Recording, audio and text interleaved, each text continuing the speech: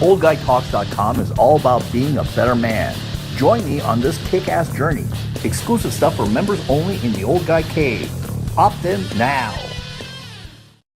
This is Urs, the Old Guy from www.oldguytalks.com, coming at you from Sin City. No, the Old Guy is not in Sodom and Gomorrah. That place has long been destroyed many years ago. We are in Las Vegas, me and the wife, and we're for a little R&R after working all week. We're not staying on the strip, which is where all the tourists are. Sometimes we are tourists, there's nothing wrong with that. But we are more in the suburbs and enjoying the stay here and the quiet and the lovely grounds here at the JW Marriott. That's right, folks, JW Marriott. So let's talk about the hearings from yesterday. The ever-shrinking and sanctimonious James Comey, folks. You know, I think the guy's got a WIJI board going or something, because he's really functioning a lot on feelings. You know, I didn't feel comfortable with the president. I thought he might be lying. I wasn't strong enough. All that stuff. I mean, dude, if you're not strong enough, you shouldn't be head of the FBI. That's just plain simple. You should have just resigned when you felt like you were losing all that strength. You know, you shouldn't be. And so you got all this stuff going on, and you got these hearings going on, and you spout off this stuff that's pretty absolutely amazing. It's actually amazing. Now, let's talk about the memos, folks. Let's talk about the memos. You know, in the old days of the Soviet Union, the Politburo guys, when they'd have a meeting, a substantive meeting, they'd go back to their offices and write memos. And what those memos are supposed to do was basically cover your ass. They were designed to cover your ass. That's right, folks. And not only that, but if you were really good, didn't like the person that you were meeting with, you would basically throw them underneath the bus, folks. You throw them underneath the bus. And this is what Comey has done here. And these were not memos that he thought he might use. These were memos that he planned on using in the future because he knew that his time at the FBI was measured. His time at the FBI was measured. And how do you think he knew that? Well, folks, guess what? He's the leaker. He's the leaker in chief at the FBI. That is just absolutely incredible that the head of the FBI would leak contents of his meetings with the President of the United States to the press. And he did it through a buddy of his, a college law professor at Columbia University. You know, President Trump was mad that the FBI wasn't hunting down the leakers very aggressively. And I guess why?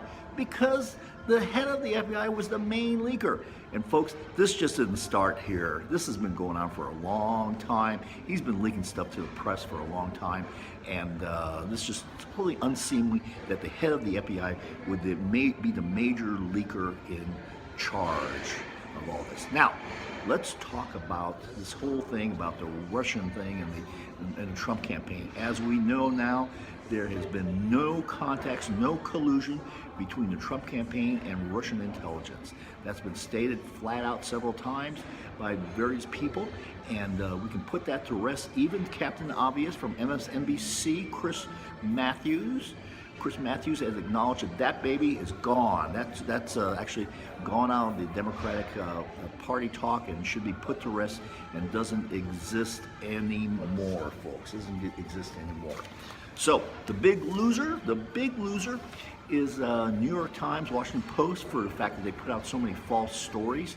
They put out just tons of false stories regarding what's going on in the White House. Some of it purely fabricated, I believe, meant to make President Trump look bad, and has no basis in reality.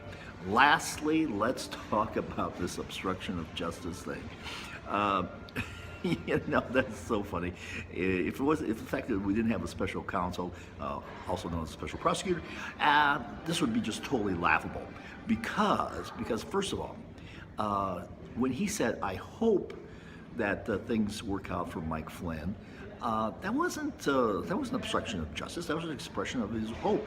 Wouldn't you hope that if you had somebody that worked for you and they were in trouble, that things would work out for them too? I think so, especially if they'd been good employees and worked with you in the past. That's not a total unreasonable thing. It has nothing to do with with obstruction of justice. And just to top it off, You know what? Alan Dershowitz, a famous Harvard law professor, chimed in on this. He said, basically, the president has the authority to dismiss any investigation that he wants.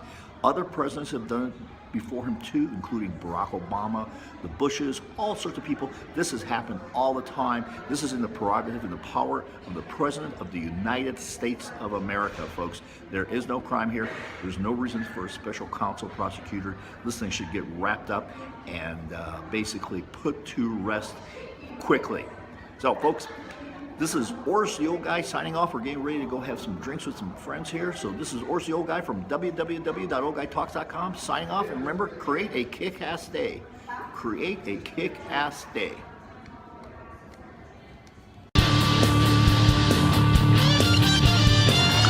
Opt in and encourage other old guy assholes like you to opt in also.